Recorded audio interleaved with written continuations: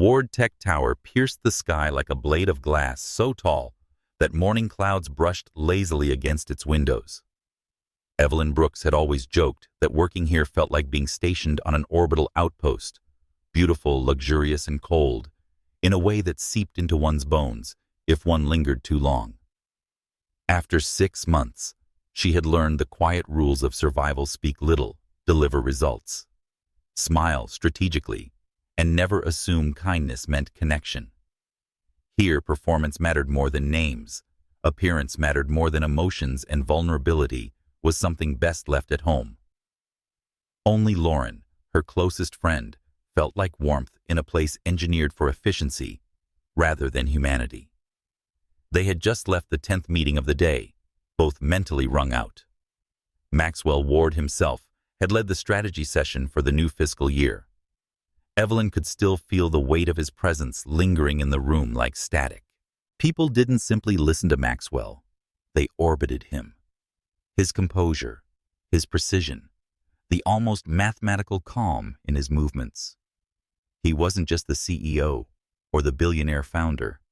He was the axis on which this glass and steel world quietly spun. And yet Evelyn knew better than to let her mind wander where it shouldn't. A man like Maxwell Ward didn't notice her. Couldn't. She was a newcomer in the creative department, one star among thousands of lights in his universe. The safest way to exist was to admire him the way one admires a distant constellation from afar, without expecting warmth. Honestly, Evelyn sighed, rubbing her temples, as she and Lauren walked down the bright corridor toward the lounge. He's too perfect. Like, aggressively perfect. Lauren snorted. Aggressively, yes. Symmetrical face, immaculate suit posture that looks like it was designed by some Scandinavian architect. No straight man should look that flawless. She made a dismissive wave. He's obviously on the rainbow team. No doubt in my mind. Lauren burst out laughing too loud for the hallway, clutching her notebook to her chest. Ev, you can't just... But her laughter drowned out a soft sound from behind the gentle click of a glass door. Evelyn felt the air shift before she heard his voice, before she saw the expression on Lauren's face collapse into horror. When she turned, Maxwell Ward was standing at the doorway to the archive room, motionless, watching them. Watching her. His expression wasn't angry. That would have been easier. No, his face was unreadable, carved from something smooth and cold. His eyes, a cool steel blue, held no flicker of humor or surprise, only calculation. As if he were silently reassembling the last 10 seconds in his mind, fitting them into place like pieces of a puzzle he hadn't expected to encounter. The hallway seemed to contract around them, sound folding inward, until all that remained was the thrum of Evelyn's heartbeat ricocheting painfully in her ears. Everything inside her froze. Every word she had spoken replayed with brutal clarity. Perfect. Rainbow team. No doubt in my mind. God. Her throat tightened. She wished she could rewind time, or dissolve into the floor, or simply vanish into thin air. But reality remained merciless. Maxwell stepped forward.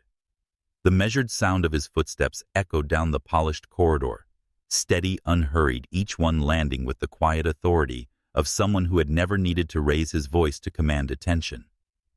With every step, Evelyn felt something inside her tighten coil brace. He stopped just in front of her, close enough that she could see the faint stubble along his jawline, smell the subtle cedar of his cologne, warm, expensive, understated. Close enough that the world narrowed too quickly, too sharply. Lauren had gone silent behind her, stiff as stone. Maxwell's gaze held Evelyn's without hesitation. His eyes were not cold. They were precise. They examined, evaluated, pierced, straight through pretenses. Miss Brooks, he said finally, voice smooth, but deceptively soft. Did I hear correctly? Her mouth opened, but her voice didn't come. She felt heat rise under her skin, mortification, fear, and something else she didn't want to name. Maxwell's expression remained neutral, but there was something dangerous in his calm. A restraint, a warning, a curiosity. "You think I'm gay?" he asked. No shift in tone, no hint of mockery, only a level, even question that made the air thicken. Sir, that wasn't... I didn't mean..." Evelyn stammered, feeling her hands tremble slightly. Maxwell tilted his head just barely. "Interesting." Then he stepped closer. So close, she felt the warmth radiating from him, a stark contrast to the icy reputation he carried. He leaned in, not touching, not inappropriate, but undeniably intimate. His breath brushed the edge of her temple. A faint, razor-thin smile curved his lips, sharp as a blade hidden in silk. That assumption, he murmured, voice low enough that only she could hear, is entirely incorrect. Her breath caught. He didn't touch her, didn't lay a finger on her. But his presence, the precision in his words, the deliberate proximity, it struck her deeper than any physical contact could have. When he straightened again, the smile vanished. The CEO mask returned, controlled, elegant, unreadable. "Be careful, Miss Brooks," he said softly. "Some misunderstandings have consequences." He nodded, once polite, distant, devastating, then walked away with the same unhurried steps, disappearing around the corner, as if nothing had happened. Silence swallowed the hallway. Lauren finally exhaled a shaky breath. Holy, are you okay?" Evelyn wasn't. She felt her pulse racing wildly, her knees unsteady, her mind spinning with too many emotions layered too tightly. Mortification, shock, something electric hot, terrifying, and undeniably alive. But beneath all that, something else stirred, a faint, unfamiliar trembling in her chest, as if some locked door inside her had been nudged open by mistake. She pressed a hand to her sternum, trying to steady it. "It wasn't supposed to happen like that," she whispered. "I wasn't supposed to be on his radar at all." Lauren touched her arm gently. "Evelyn." He didn't look angry. "No," she said breathlessly. He looked aware, and that terrified her more than any fury could have. All afternoon she couldn't focus. Every time she tried to design, her mind drifted back to the way Maxwell had leaned in, the steadiness in his voice, the subtle heat of his breath near her skin. She didn't understand why it affected her so deeply. She didn't understand why her body reacted as if something dangerous and inevitable had been set in motion. At 5 o'clock, she lingered at her workstation long after most people had gone home, replaying the moment again and again. She told herself it was embarrassment, humiliation, fear of professional repercussions. But the truth was far less logical. His nearness hadn't repelled her. It had unsettled her in a way that felt undeniably intimate, and she didn't know what that meant, didn't want to know. At 6:12 p.m., her office phone buzzed. She jumped, heart lurching, before she forced herself to answer. Evelyn Brooks speaking. A pause. Not long, but long enough to make the hairs on her arms rise. Then his voice, smooth, calm, unmistakable. "Miss Brooks, this is Maxwell Ward." Evelyn's breath stilled. Yes, sir. I'd like you to review your proposal for the brand identity project." Another pause. Deliberate. Tonight. Her pulse hammered. I can, sir. Should I send the file?" "No," he said evenly. "I'd prefer to discuss it in person." The room shrank around her. In person, yes. On the 48th floor. Conference room A. 7 o'clock sharp. The 48th floor was his personal domain. Executive wing. Private offices. Restricted. She swallowed. "May I ask why?" "You may," he said, "but I won't answer that on the phone." Silence crashed between them. 7 o'clock. "Miss Brooks, don't be late." The line went dead.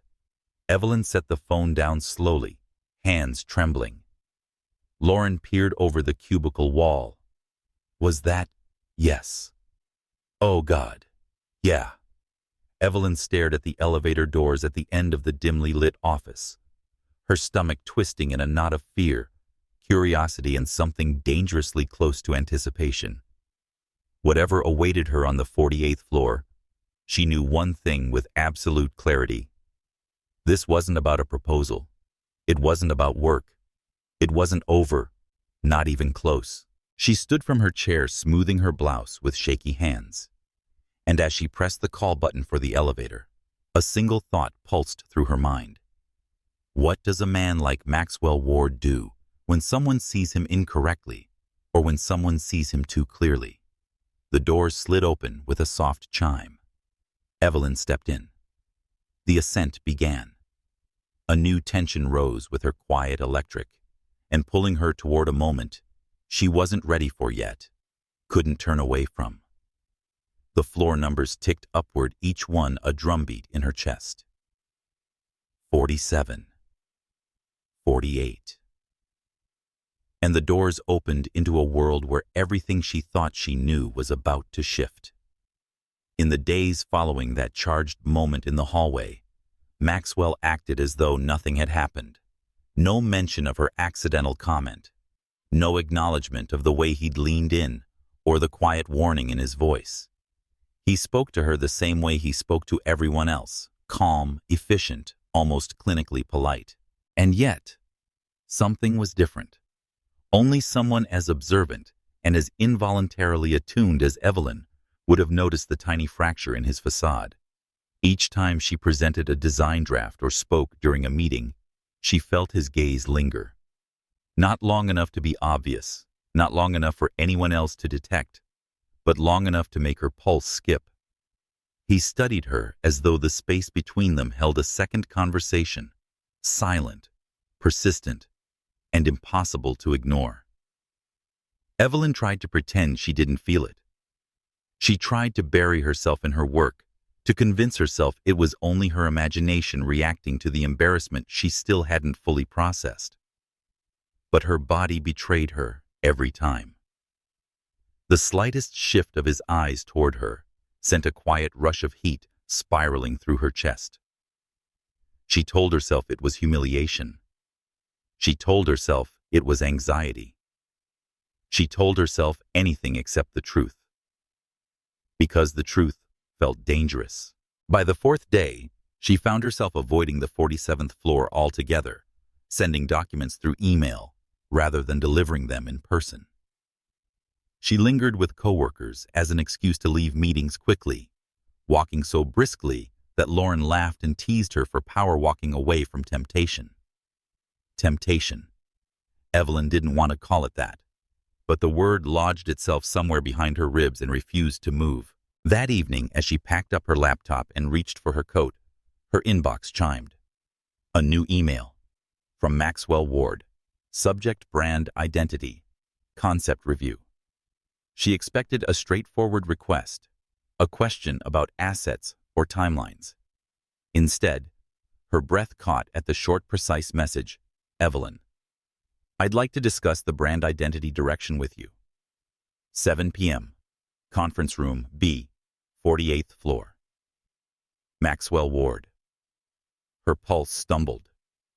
There were dozens of rooms on the lower floors, dozens of managers she worked with directly, dozens of reasons this meeting didn't need to happen in his private executive wing.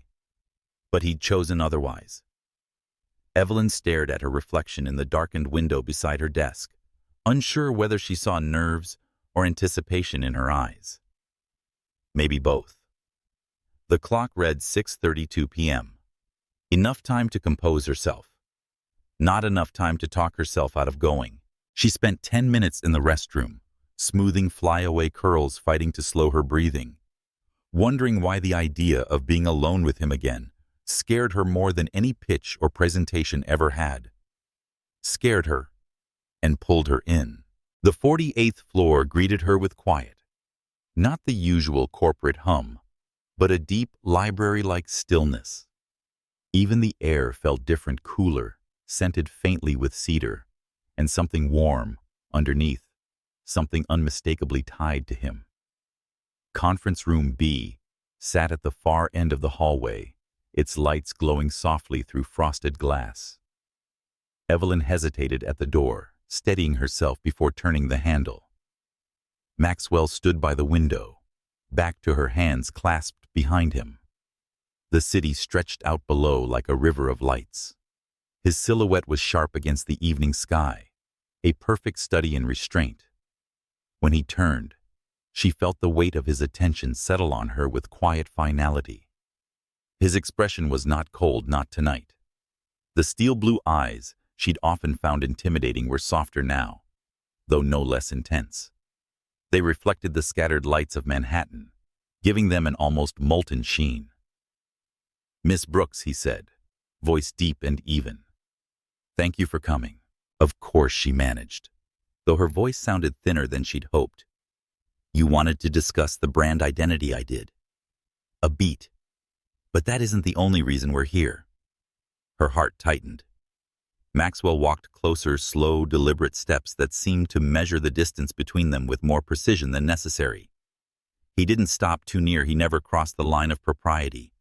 But even from a few feet away, his presence felt like gravity. "I don't want you to misunderstand my silence these past days," he said, tone calm, but edged with something she couldn't name. "I wasn't avoiding the subject. I simply wanted clarity." "Clarity," she echoed, unsure whether she should feel nervous or relieved. "Yes." He studied her face, searching. "I wasn't offended by what you assumed about me." Heat flared across her cheeks. She dropped her gaze for a moment. "I shouldn't have said it. I know it was thoughtless," he suggested gently. She winced. Yes, perhaps he conceded. But I've heard worse in boardrooms. His attempt at levity, subtle as it was, eased some of the tension knotting in her stomach. But only some. "What concerned me," he continued, "was the confidence with which you said it." Evelyn blinked. "Concerned you?" Maxwell nodded once. "You spoke as though the idea were obvious." The room fell quiet. She hadn't expected him to care. Not like this, measured, introspective, almost vulnerable beneath the surface. Gathering her thoughts, she drew a slow breath. "I only meant that you seem untouchable, polished. You're always composed, always in control. People like that usually aren't." She cut herself off, mortified. "I'm sorry. That sounded terrible." "Honest," he corrected. "Not terrible." He took another step closer, enough that she felt the shift in the air, the subtle warmth he carried, the faint scent of cedar and rain. "Perfection," he said quietly, "is a form of armor. Nothing more." His words landed with a soft, unexpected ache. This was not the man the company idolized, not the impenetrable CEO. This was someone else entirely, someone who had spent years holding himself together so tightly he'd forgotten how to be anything else. Evelyn found herself speaking before she could overthink it. "Armor is heavy. Even the strongest person can't wear it forever." A flicker passed through his gaze. Surprise, maybe even gratitude, as if no one had ever called out the exhaustion behind his composure. He looked down for a moment, exhaling slowly. "That's the thing, isn't it?" His voice lowered. "If I put it down, people see too much." The words hit her with startling clarity. "Maxwell," she said softly, "everyone has imperfect parts. It doesn't make you weak." He lifted his eyes to hers. and in them she saw something she'd never expected, a subtle, unmistakable fracture. The kind that appears when someone who has been carrying too much for too long meets someone who sees them, truly sees them. For a heartbeat, neither spoke. The silence was warm, not awkward, charged, but gentle. It felt like standing at the edge of a threshold. Neither of them had fully acknowledged until now. Maxwell turned back toward the window, hands slipping into his pockets, as though he needed to ground himself. I didn't originally plan to lead this meeting. Your direct supervisor could have reviewed the materials. But He paused. I wanted to speak to you directly. Her breath caught. Why? He looked at her again. Not with calculation, not with his usual guarded neutrality, but with intention. Because something changed, he said quietly. The other day, in the hallway, Evelyn's pulse thudded at her throat. Nothing happened. No, he agreed, and yet something did. A tremor of awareness swept through her, as undeniable as the city lights warming the dark sky outside. She didn't want him to continue, but she needed him to. Maxwell breathed out, steady but conflicted. You saw me. Not the position. Not the image. Me. And I haven't been able to ignore that. Her heart felt too full. She tried to find words, but nothing adequate came. So she said the only thing she could. I didn't mean to see more than I should. His lips curved, not quite a smile, but close. Perhaps not. But you did. Another quiet stretched between them, delicate and electric. Evelyn felt the pull of it, felt herself caught between wanting to step back and wanting to close the distance completely. Maxwell sensed it too. His jaw tightened, a subtle sign of self-restraint. We should review the branding direction, he said finally, though his tone betrayed that work was the last thing on his mind.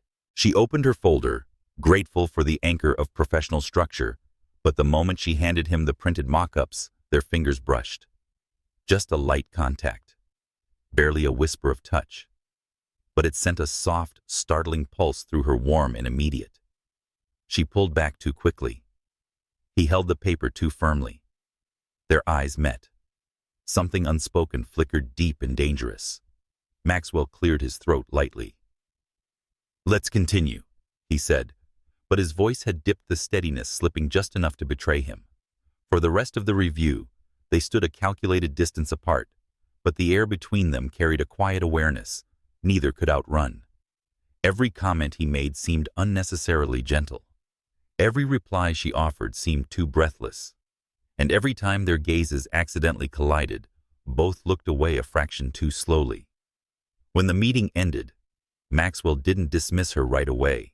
He lingered, one hand braced against the table, the other resting at his hip, as though debating something silently. Finally, he spoke carefully, deliberately. Evelyn. Yes.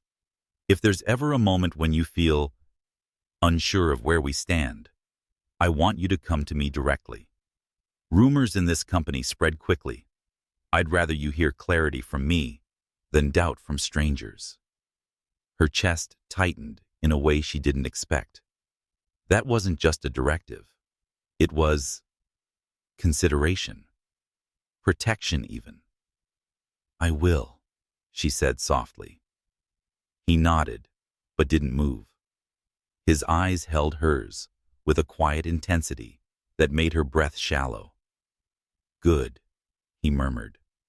She gathered her things and stepped toward the door, but before she could reach it, he spoke again, lower this time, almost an afterthought. Evelyn. She turned. There was a look on his face she couldn't decipher, something restrained, something wanting, something perilously close to admission. This isn't over. Her heartbeat faltered. Not over, not finished, not even remotely safe. But she nodded nonetheless. I know. As she left the room, she felt his gaze follow her, warm, steady, and unmistakably human, beneath all that cultivated perfection. And she understood with sharp clarity that the distance he'd tried to keep between them had already begun to unravel. Whatever this was, whatever it might become, had only just begun. The days that followed their meeting on the 48th floor unfolded with a strange, deliberate quietness, an equilibrium neither of them spoke about, but both tried desperately to maintain. They worked as they always had, exchanged reports, reviewed drafts, sat in the same conference rooms. Yet the energy between them had shifted into something taut and volatile. It was in the silences, those long suspended pauses between words too heavy for coincidence, too charged for professionalism. Every time her gaze brushed his across the table, she felt it a pull as real as gravity, as dangerous as fire held too close to dry paper. And he felt it too. He hid it better, yes. Maxwell Ward could hide entire storms behind a single blink. But not from her. Not anymore. Evelyn had seen the fracture in the armor, and once something is seen, it cannot be unseen. She noticed the tiny tension around his jawline. When she entered a room, the faint shift in his breath, when she spoke the way his hand hesitated ever so slightly before he picked up a pen she had placed on the table. These were small things, invisible to everyone but her. And to him.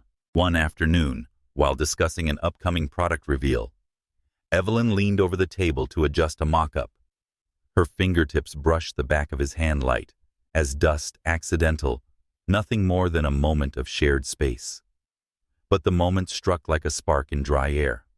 Maxwell stiffened almost imperceptibly. His hand withdrew a heartbeat later, but not fast enough to hide the subtle tremor that rippled through him.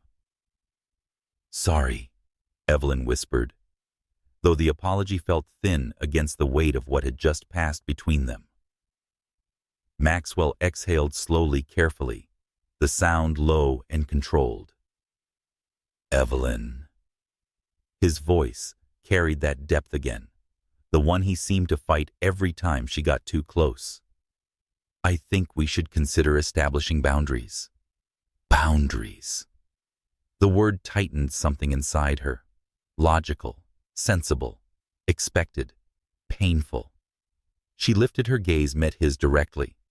"I know," she said softly. "I do." But she didn't look away, didn't move back, didn't pretend the connection wasn't there. And his eyes, usually cool steel, held hers for far too long. Long enough for her to feel the truth pressing between them, like unsaid words against a locked door. Long enough for him to realize she wasn't retreating, and neither was he. The moment broke only when someone knocked and entered the room, shattering the fragile tension like glass. But it didn't fade. It clung to them for the rest of the day. Late that afternoon, as she prepared to leave, her phone lit up. From Maxwell Ward message. "I need you on the San Francisco trip next week. You understand the brand direction best. M.W." Her heart throbbed once sharply. This wasn't just about the brand direction. She knew that instantly. Any senior manager could have accompanied him. Any member of the design team.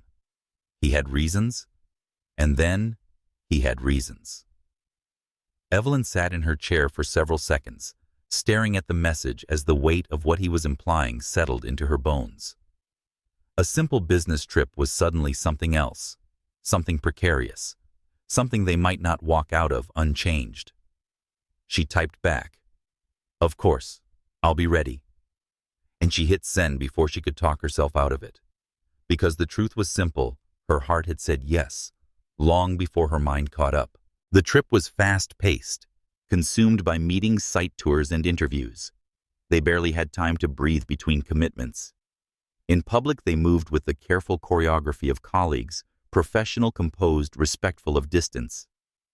But all day, a quiet awareness followed them like an invisible thread. The way he stood just slightly closer to her than to others, the faint warmth of his arm when they sat side by side in the car, the lingering seconds after each conversation ended. Every moment was charged, every silence louder than speech. By the time evening came, the air between them felt fragile, like a glass surface under strain, one wrong movement away from breaking. Their hotel overlooked the bay. From her room, Evelyn could see the Golden Gate Bridge half swallowed in fog, its lights flickering like embers suspended over water. She had gone outside to breathe, to let the cold wind clear her thoughts. She didn't expect him to find her there. Maxwell stepped onto the balcony, hands in his pockets, posture deceptively calm. But the air shifted the moment he appeared, warmer somehow, or maybe just heavier. "Long day," he said. His voice sounded softer in the open air, stripped of corporate precision. More human. Evelyn nodded, hugging her arms lightly. "You could say that." He moved to stand beside her, not too close, but close enough that she could sense him even without looking. They watched the fog wrap itself around the bridge, listened to the distant hum of the city. For a moment, it felt like they were the only two people awake in San Francisco. "I've been thinking," Maxwell said quietly. Evelyn turned her head. "About what?" He took a breath, visible in the cool night air. "About us." The words pressed into her chest. "Us. Yes." He paused, then added with a strained honesty she had never heard from him before. "I've been trying to avoid saying that." Her heart thumped hard enough to ache. "And yet you said it anyway." He gave a faint, self-effacing exhale. "I suppose I ran out of ways not to." She let silence fill the space for a moment, soft, unhurried, a gentle invitation for him to continue. Maxwell's gaze stayed fixed on the horizon, as though only the dark water could hold the weight of what he was about to say. "I have spent my entire career avoiding anything that could compromise the company," he said. "My position, my judgment, the trust of thousands of people." He paused. "The trust of you." Evelyn blinked, startled. "Me? Yes. You may not realize it, but your work, your perspective, it matters to me more than you think." The admission unraveled something inside her. "But that puts me in a complicated position," he continued, voice deepening. "Because there is something I haven't been able to control. Something I'm not supposed to feel. Something I tried very hard to ignore." A gust of cool wind swept across the balcony, tugging gently at his hair. He finally turned toward her, fully, openly, without shields. "Evelyn, I've been trying not to feel something for you." Her breath tangled, trying and failing. His silence was answer enough. "And what about now?" she whispered. Maxwell's jaw tightened, not in anger, but in surrender, as if the words cost him more than he'd ever admit. "I've stopped pretending I can." His voice dipped quieter, rougher. "I've stopped pretending I want to." Evelyn's pulse fluttered wildly. "But you said earlier we should have boundaries. We should," he agreed, "for every rational reason." But I don't want boundaries," he said, taking a single step toward her. The space between them narrowed, intimate, despite the cold air. "Not with you." The vulnerability in his eyes was almost unbearable, raw, honest, shaking at the edges. "What are you afraid of losing?" she asked gently. He swallowed once. "Everything." "And what do you want?" Her voice barely rose above a whisper. "Not as a CEO. As you." That question cracked the last wall. Maxwell lifted his hand, hesitated, then let his fingers brush hers. The contact was tentative, reverent, as though he feared she might disappear if he held too tightly. "I want you," he said simply. "Too much. More than I should. More than I know how to control." The truth in his voice filled her with a warmth so fierce it almost hurt. She didn't pull away. She stepped closer. Their hands intertwined, not planned, not thought out, but inevitable. His breath trembled. Hers did too. Maxwell, she murmured. But he wasn't looking at their hands. He was looking at her like someone seeing color for the first time after years of grayscale. The city lights below flickered gold against the fog, casting a soft glow over both of them. The world felt suspended, barely breathing, waiting for the moment to break. He lifted his other hand, cupping the side of her face with a gentleness that contradicted the power he wielded everywhere else. His thumb brushed her cheek, feather light. "This isn't impulse," he said quietly. "It's not lust. It's not confusion." He leaned in, forehead nearly touching hers. "It's everything I've been restraining." Evelyn felt her heart open, unguarded. "Then don't restrain it," she whispered. His breath hitched, and then slowly, as though giving her enough time to stop him, he pulled her into his arms. Not a hungry embrace, not a claiming, but a confession made through touch. His face lowered, his lips brushing hers with reverent hesitation, before deepening into something real, something unbound, something burning through every layer of control he'd ever built. Her hands slid to his shoulders, anchoring herself as her heartbeat collided with his. The world below disappeared into fog and light, and the quiet, undeniable rightness of this moment.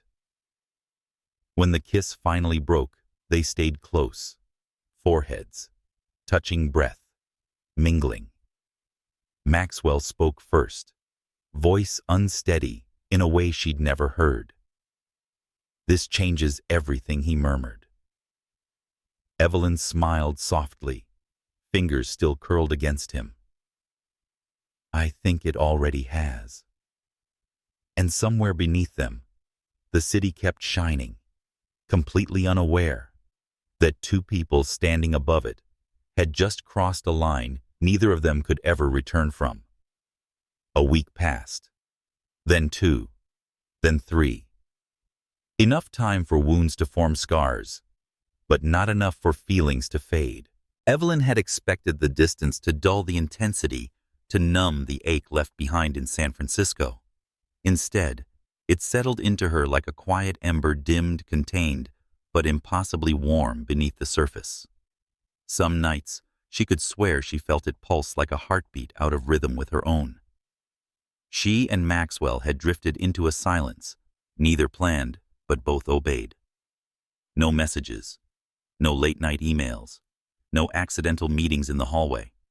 It was as if an invisible wall had risen between them, built from restraint, fear, and a mutual understanding that anything more would threaten too much. But distance didn't erase truth. It only made it sharper. Evelyn buried herself in work, not because she wanted to forget him. She knew better than to lie to herself, but because she needed to prove something.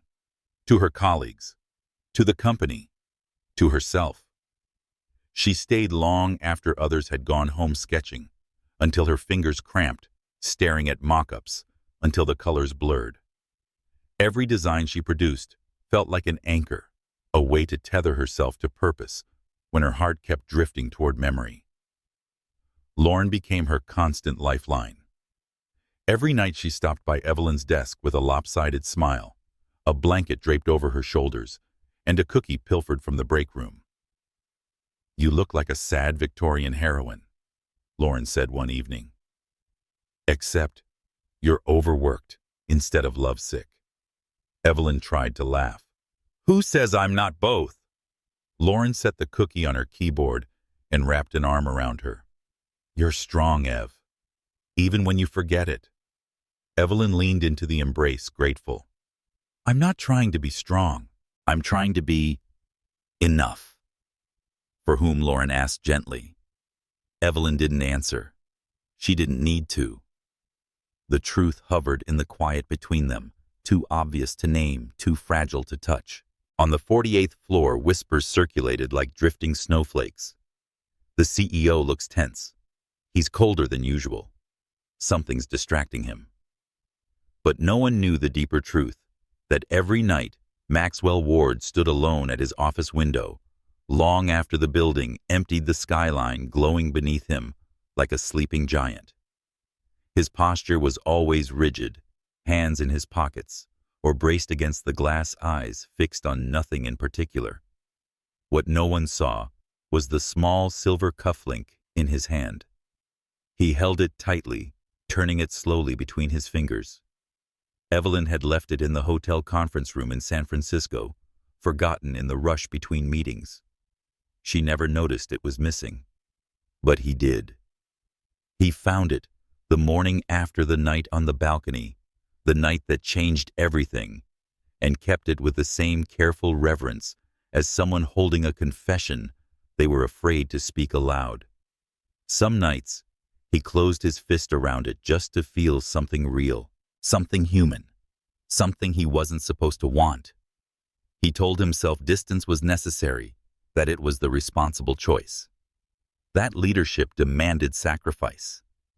That desire had no place in the upper floors of Wardtech Tower. But some truths refuse to stay buried.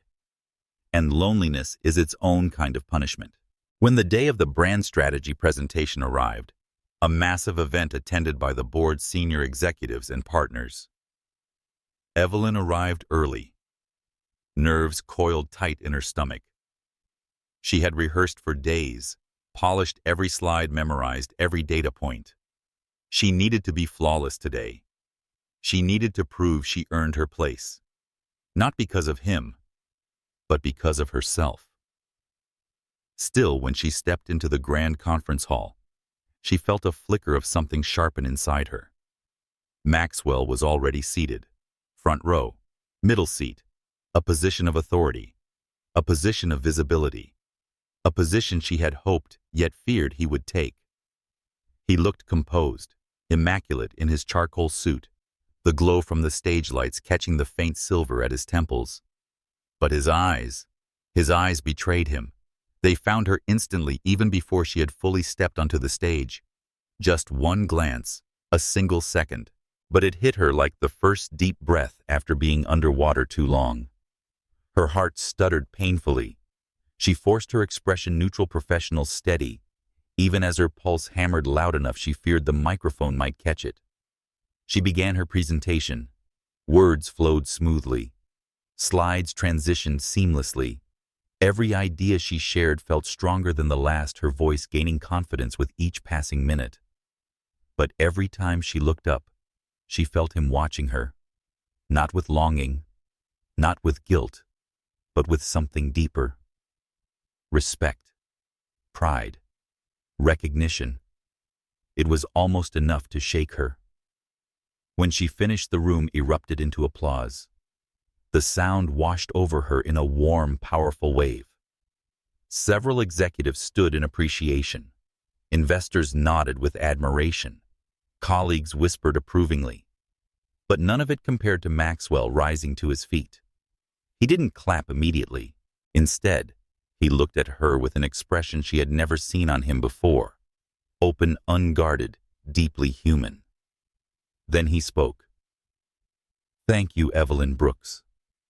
His voice carried through the room, smooth and steady, but laced with an emotion only she would catch. "Not only for your exceptional creative work," he continued, "but for the integrity and dedication you've shown these past weeks. Your strength is reflected in everything you've built for this campaign, and this company is better for it." A soft murmur rippled through the audience, surprised, impressed, curious. But Evelyn didn't hear them. She heard only the subtext humming beneath his words, a quiet message meant for her alone. "I see you. I admire you. Not for what happened between us, but for who you are."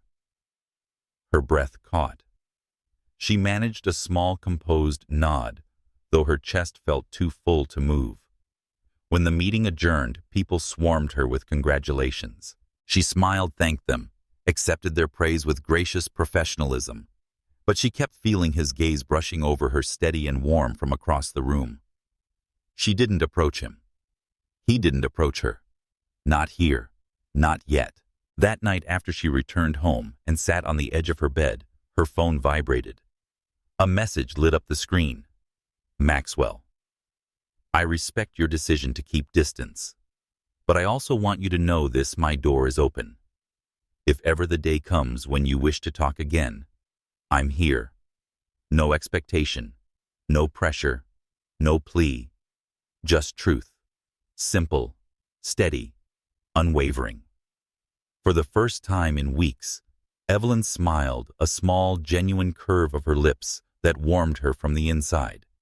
Not because he reached out, but because he had finally spoken to her the way she needed, with respect, not restraint, with patience, not urgency, with care, not control. She typed a reply, stared at it, deleted it, then typed again. But in the end, she sent nothing. She didn't need to, not tonight. Instead, she set the phone gently on her nightstand and leaned back, letting her smile linger.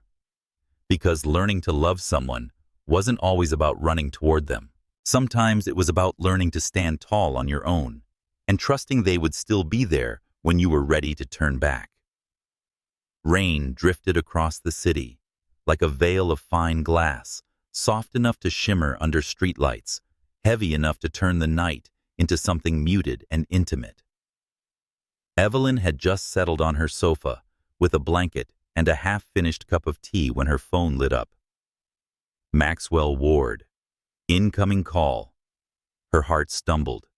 For a moment, she simply stared at the screen, breath caught somewhere between hope and caution. She hadn't heard his voice in weeks. Not directly, not like this. Text messages were one thing. They were safe-contained. A call was different. A call meant intention. She answered before doubt could take over. "Hello," she said softly. There was a pause thick with hesitation. Then Evelyn. His voice was low-tired in a way she had never heard from him. "Could I see you tonight?" Just for a moment. The rain tapped gently against her window. "Is everything okay?" "Not exactly," he admitted. "There's something I need to tell you. Something I should have told you a long time ago." His honesty unsettled her, but it also pulled her in, where she asked.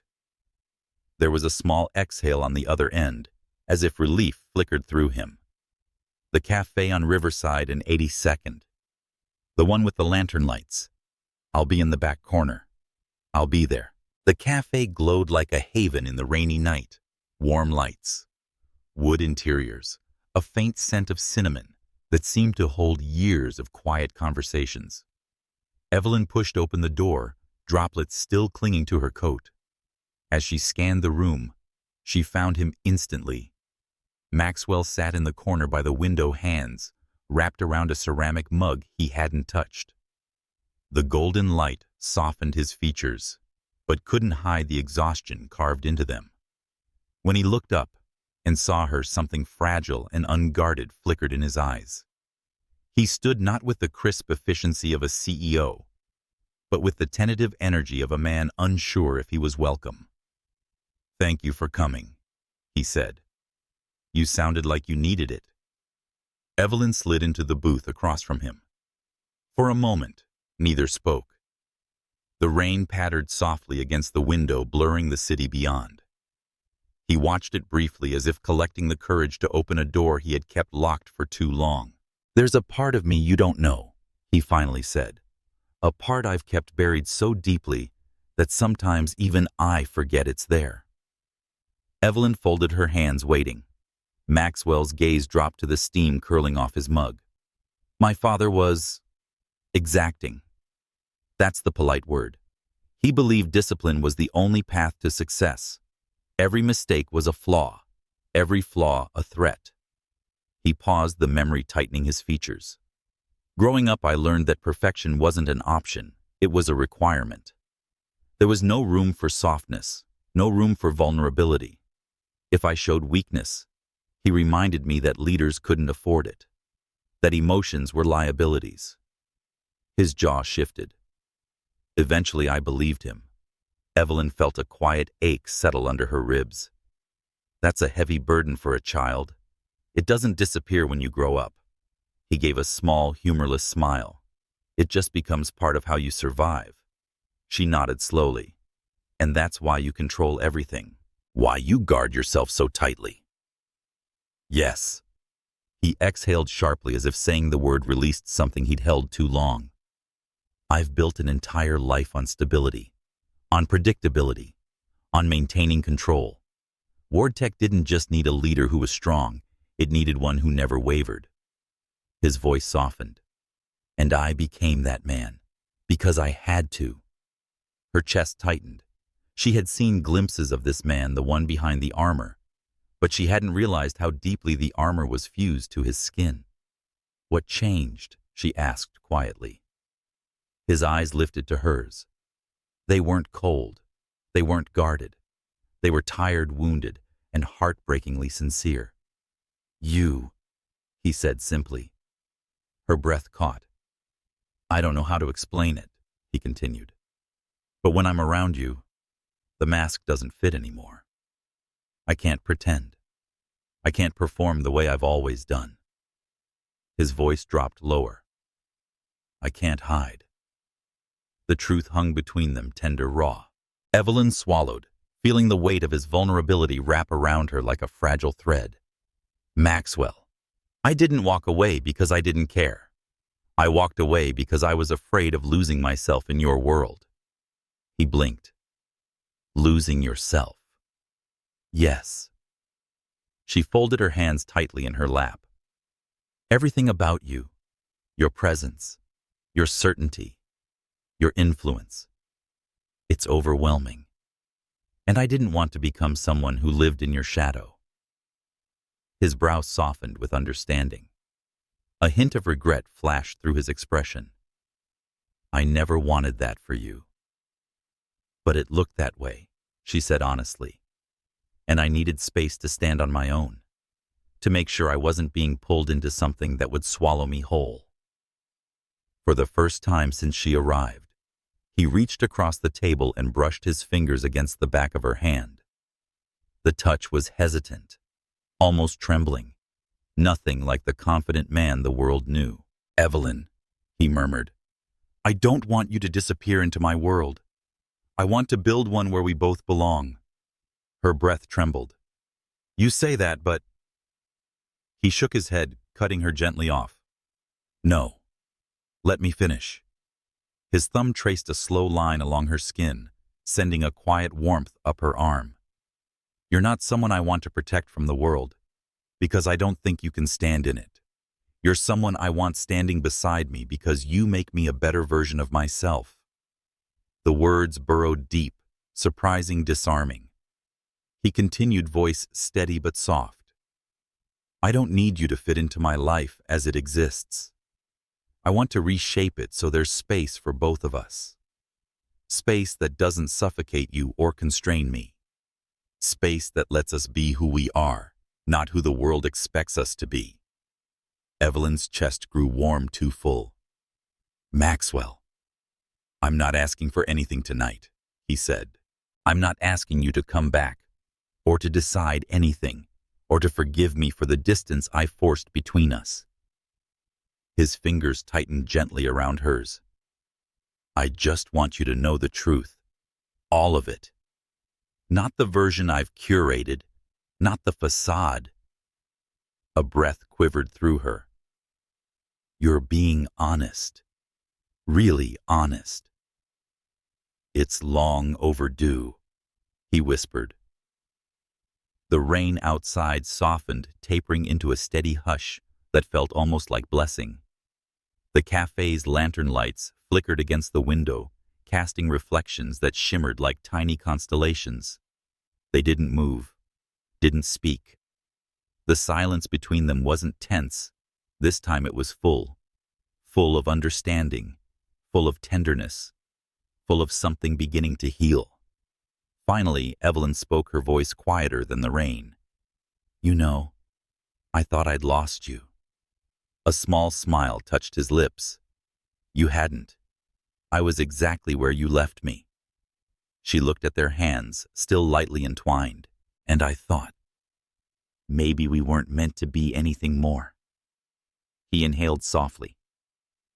Maybe we're meant to be something better. The words stayed suspended in the warm cafe air, like a promise not yet spoken aloud.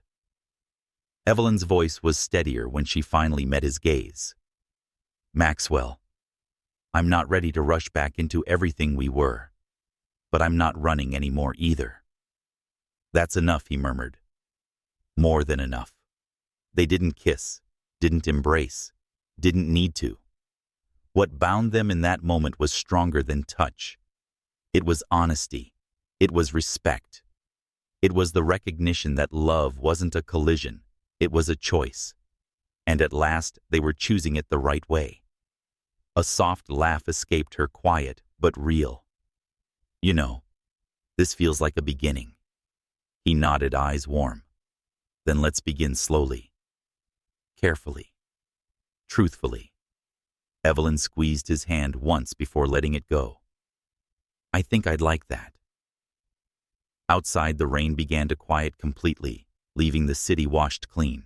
Inside the cafe, a fragile, luminous peace settled between them, the first steady bridge they had built together. And for the first time in a long time, the invisible thread between them didn't feel like tension. It felt like hope. The month that followed their quiet reconciliation unfolded with cautious optimism.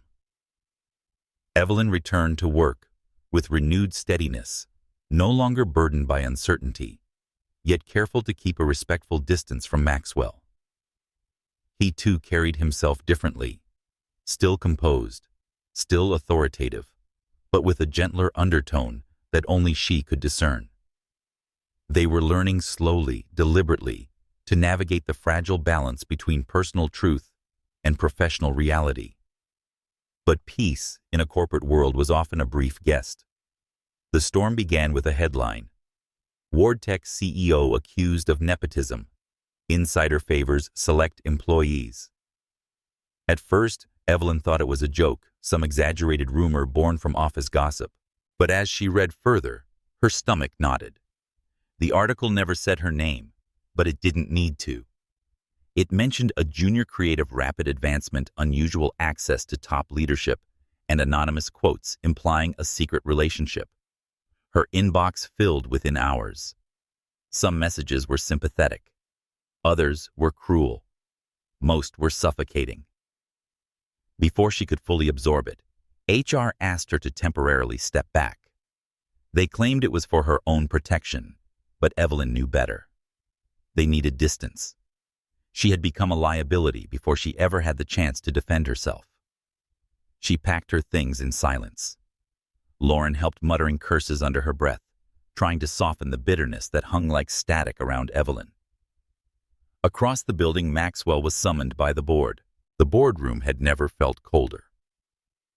Maxwell stood at the head of the long glass table, lit by the gray wash of a rain-heavy morning. 12 directors faced him, stern, skeptical, waiting. One of them cleared his throat. Mr. Ward, do you understand why this meeting was called? I do. His voice was steady, carrying none of the fatigue etched around his eyes. We must assess whether your personal involvement has compromised professional judgment. Another director interlocked her fingers. These allegations threaten investor confidence. Maxwell didn't flinch. He'd spent his entire life preparing to face rooms like this. But this time the stakes were personal. As CEO, he began, I've always prioritized fairness. No employee, including Evelyn Brooks, has ever received special treatment in project assignments, promotions, or decision-making. And yet a third director interjected, there is clearly something between you. Silence stretched like a taut wire. Maxwell inhaled once deeply. There is. But my personal feelings have never influenced my professional judgment. A murmur rippled around the table. So you admit it? The senior director leaned forward, eyes sharp. You are confirming a romantic interest. For a brief second, Maxwell's restraint faltered, and Evelyn's face flashed in his mind. Her patience, her courage, her fear, her hope. The way she had looked at him the night he revealed his past. the way she had told him she wasn't running anymore. He straightened. "Yes," he said. "I am." Some directors exchanged alarmed glances. Others exhaled in resignation. The eldest among them simply nodded as if he had expected this. "And you understand," the woman beside him said slowly, "what this admission could cost you. Your reputation, your position, perhaps even your career." Rain tapped sharply against the window. The city seemed to hold its breath. Maxwell didn't retreat, didn't apologize, didn't hide. "Evelyn deserves truth," he said quietly, "and so does this company. If there is any fault in this situation, it is that I waited too long to acknowledge what mattered." For the first time, his voice shook not with fear, but with conviction. "If I must face consequences, I accept them, fully." The boardroom was silent, heavy, but something in the air had shifted. Word spread faster than wildfire. By afternoon, the entire company had heard Maxwell Ward, the untouchable CEO, had stood in front of the board and admitted his feelings for a junior employee. People whispered in the hallways. Some were shocked, others impressed, a few judgmental, most simply curious. For Evelyn, the news split her emotions down the center: fear on one side, an aching swell of something indescribable on the other. She didn't wait. She couldn't. She rode the elevator to the top floor, heart pounding, her reflection trembling in the mirrored doors. The administrative assistant stepped aside the moment she saw her. Evelyn didn't need directions. She walked straight into Maxwell's office. He was standing by the window, rain streaking the city behind him in blurred trails. He turned when he heard her surprise flickering into something deeper: relief. "I'm guessing you heard," he said softly. "I did." She closed the door behind her. "They're calling it a scandal." He gave a humorless breath. "People love a scandal." She stepped closer, searching his expression. "Why did you say it? Why now?" "Because," he answered, "I refuse to let you bear the weight of a lie I helped create. If anyone should face the consequences, it's me. You shouldn't have done that for me." "I didn't do it for you," he corrected gently. "I did it because it's the truth, and I'm done pretending otherwise." Evelyn swallowed. "So what happens now?" He met her gaze fully. "Now we deal with it. Together." The word "together" struck something deep inside her, something that had been waiting quietly, fearfully for reassurance. She walked toward him, the air charged in the way it always was when they occupied the same space. But this time, there was no tension, no restraint, only clarity. "So, this is your choice," she murmured.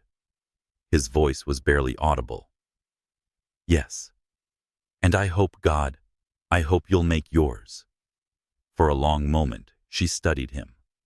The man, not the CEO. The vulnerability under the composure. The courage under the risk. The sincerity that had never been a performance. Then she nodded. "I'm not going anywhere." Something in him broke quietly, like a breath released after holding it for too long. He stepped toward her slowly, as if asking permission that didn't need to be spoken. When she lifted her chin, he leaned in. Their lips met, not with the fierce urgency of longing denied, but with the deep, steady calm of two people making the same choice at the same moment. A kiss not of passion, but of commitment. A kiss that said, "We face this together." In the days that followed, Ward Tech buzzed with more tension than usual. Legal teams drafted statements, communications experts prepared responses. But Maxwell insisted on addressing the company himself. He and Evelyn stood side by side on the small auditorium stage before hundreds of employees and an even larger virtual audience. Maxwell spoke first. "I want to clarify misinformation and take accountability," he said. My personal feelings for Evelyn Brooks are real, but they have never influenced any professional decision. Gasps, murmurs, then silence. And because transparency matters, he added, we will be implementing strict boundaries and processes to ensure fairness across all departments. Then he stepped slightly aside, giving Evelyn the space to speak if she wished. She didn't hesitate. I want to make it clear, she said, voice steady, that my work stands on its own. My relationship with Maxwell does not define my career and never will. The room held its breath. What happened next surprised them both. Applause. Genuine warm rising gradually into full support. Not everyone clapped. Some arms stayed crossed, some faces skeptical. But the majority understood. They saw two people fighting to do the right thing, to be better, to be honest. Sometimes truth carried farther than rumor. That night, as they walked out of the building together under the soft glow of street lamps, Maxwell leaned close enough for his breath to warm her ear. I've chosen, he whispered. Fully. Finally. Evelyn's heart lifted weightless and bright. And I choose you, she said. Not the CEO. Not the company. You. The city around them hummed quietly, unaware that under its lights, two people had chosen love over fear and won something stronger than approval or reputation. Something real. Something worth fighting for. The first autumn after the storm felt unlike any season Evelyn had ever lived through. The city carried a quieter kind of beauty, now leaves drifting lazily across sidewalks, the Hudson shimmering beneath softer gold-tinted light, and a gentle crispness in the air that made everything feel closer, more intimate, more real. A year had passed since their world was turned upside down, since their love had been questioned, tested, and ultimately rebuilt, brick by honest brick. WardTech had changed in that time too. Maxwell stepped back from several committees, delegating with a trust that once would have terrified him. Evelyn had grown into a creative lead with a voice strong enough to command a room without raising it. Slowly, steadily, they had become exactly what they promised, two individuals walking beside each other, not behind. That afternoon, soft, golden cool, with the breath of early fall, Maxwell invited her on a walk by the Hudson. He said it casually, like he always did when he was trying to hide something important. She noticed the subtle stiffness in his shoulders, the way his thumb brushed the inside of his palm, as if counting seconds. She'd learned all his habits by now, his tics of restraint, his tells of vulnerability. Maxwell, she teased as they reached the riverside path. You're unusually quiet. Am I? His voice cracked just slightly. She smiled. You are. And you never pretend well with me. He gave a soft, uneven laugh, then stopped walking.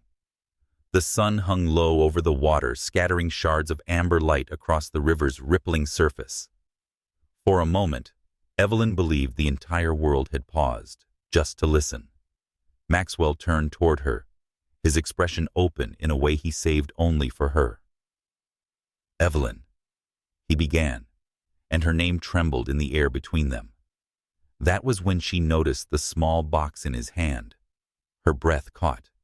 In the fading sunlight, he looked more human than she had ever seen him, less the CEO, whose decisions shaped an empire, and more the man who had once stood fragile before her in a dim cafe, revealing the childhood he had spent trying to earn permission simply to feel. I've rehearsed this a dozen times, he admitted, voice unsteady, and it was eloquent in my head. But now, all of it feels too small for what you mean to me. She stepped closer, heart thudding. You don't need eloquence, she whispered, just truth. His eyes softened, blue-gray and deep, reflecting her like a mirror. Truth, he echoed. All right. He held the box between them, but didn't open it yet. He seemed to need another breath, another second of courage. Meeting you, he said slowly, was the first time in my life I realized happiness doesn't require perfection, or control, or earning. It simply asks to be felt. Her eyes warmed. He continued, "You showed me that love doesn't weaken a person. It doesn't break focus or destroy ambition. It gives you the strength to be brave in ways you never imagined." His voice softened further. "You made me brave, Evelyn." Tears pricked at the corners of her eyes. Finally, with a trembling exhale, he opened the box. Inside lay a ring, simple, elegant, glowing like a captured drop of sunlight. It wasn't extravagant or ostentatious. It was real, pure, honest, just like the life they were building. Evelyn's breath hitched. "Every future I imagine," Maxwell said, "every version of a life that feels worth living. You're in it. Not as an expectation, not as an anchor, but as a partner. My partner." He swallowed, voice turning raw.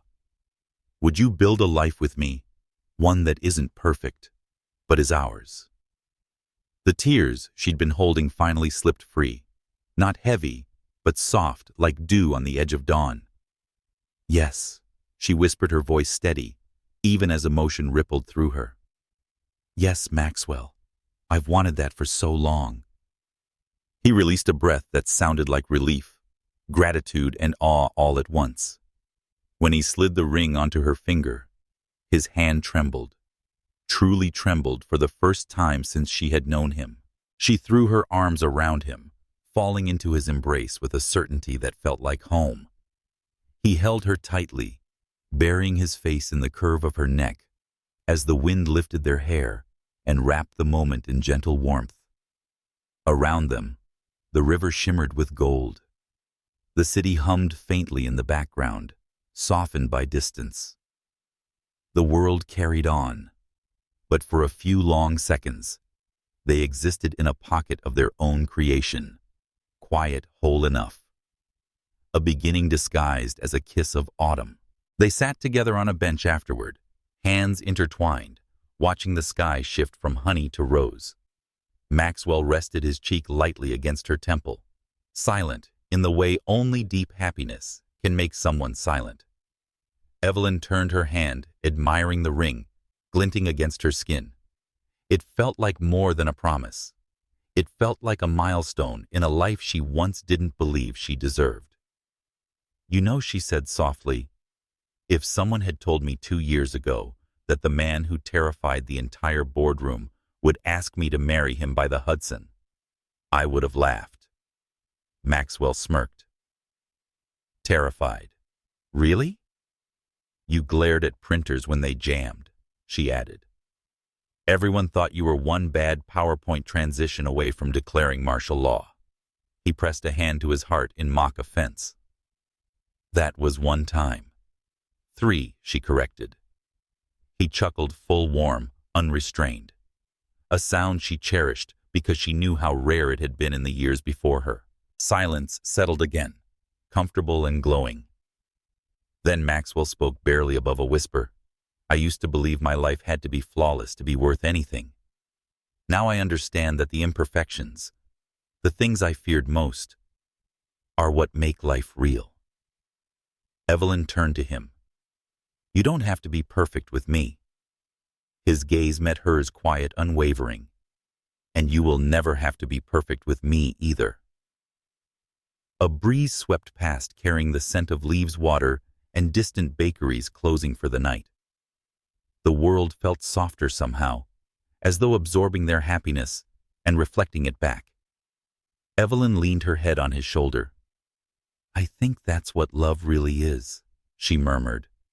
"Not fixing someone, just letting them be. Letting them be seen," he corrected gently. She smiled. "That too." They stayed until the last of the sunlight slipped behind the skyline, until the lamplights flickered on and cast long golden paths across the pavement. The city never fully slept, but in that moment, it felt like it was giving them space to breathe. Maxwell Evelyn said at last. Thank you. For what? For choosing courage over fear, she answered. And for choosing me. He kissed her forehead slow and reverent. You made the choice easy. Their fingers tightened together, and so the final message, the truth pulsing beneath all the chaos, the storms, the hesitations, the healing became clear. Love doesn't come to change who we are. Love comes so we have the courage to return to who we've always been. Every person, every heart deserves to be loved, not despite their imperfections, but with them. And sometimes all it takes is one step, one trembling step, toward the thing that scares us most to discover something unexpectedly beautiful, waiting on the other side. If you've read this far, perhaps this story found you for a reason. Believe it. Mature love does exist, and your heart is allowed to open again.